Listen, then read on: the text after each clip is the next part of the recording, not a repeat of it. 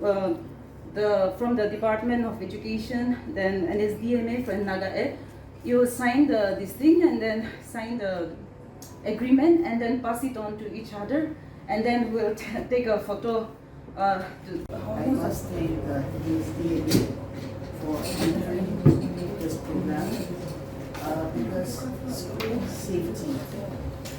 school safety policy is critical for our schools. And our schools, we have about more than 30,000 teachers, including private and government, and about 4 lakh students in the state of Nagaland.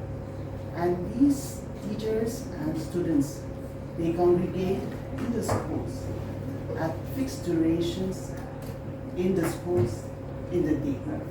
And therefore, making them prepared for disaster so that they can respond to disaster and mitigate the disaster risk is very important. Therefore, I thank the Nsdma for anchoring this and for facilitating this program.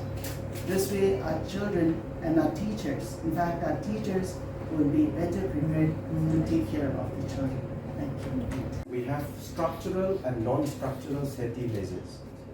So once the teacher is trained, they will be responsible to develop the in-situ school disaster management plan.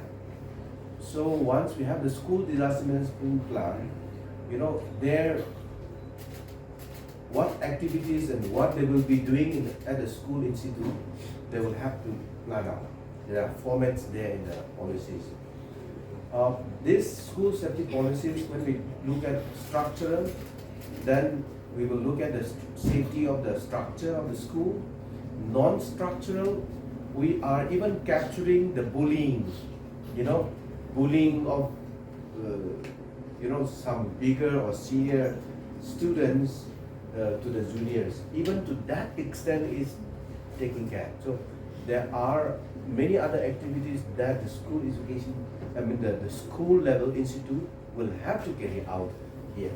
Now that is the reason why we are training the teachers, because once the teachers are trained, then they will be able to do that whatever activities to be carried forward as enshrined or envisaged in the policies book would be implemented at the school level. The children spend more time in school than at home, and one of the perspective why we are making this as one of the core activity in the school is, in case if any event of disaster comes during the day, then school will be the epic center of impact. So we would like to reduce that risk. So that is the reason. Here there are many other areas where the safety concern at the school level is being taken care of. Not necessarily natural disaster event alone, but many other social or community issues also here. These school safety policies only that the safety measures in the school is being in place. It's not like that. It was already there, but we are only bringing in assistance to do, like PD was saying, more ease. Look at our risk and hazard profiles, at least in the context of the school. Of course, fire is always there. So fire would be, it can happen anytime. But however, the major one is the earthquake. We never know when earthquake will come. It's a question of when only, not if. So, if earthquake comes during the day, I do not know how many structures is strong enough to, withstand or resist the wave. So the earthquake would be a major threat, major risk to the school, at least in the context of Nagaland. We are in the 5th seismic, which is the highest earthquake risk zone. So we are not exception. We will have to be prepared ourselves.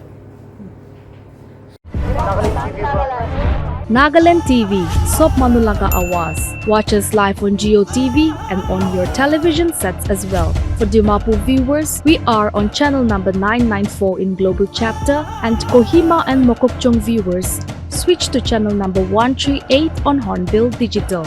For all news and updates, follow us on Facebook, Instagram, YouTube, and Twitter.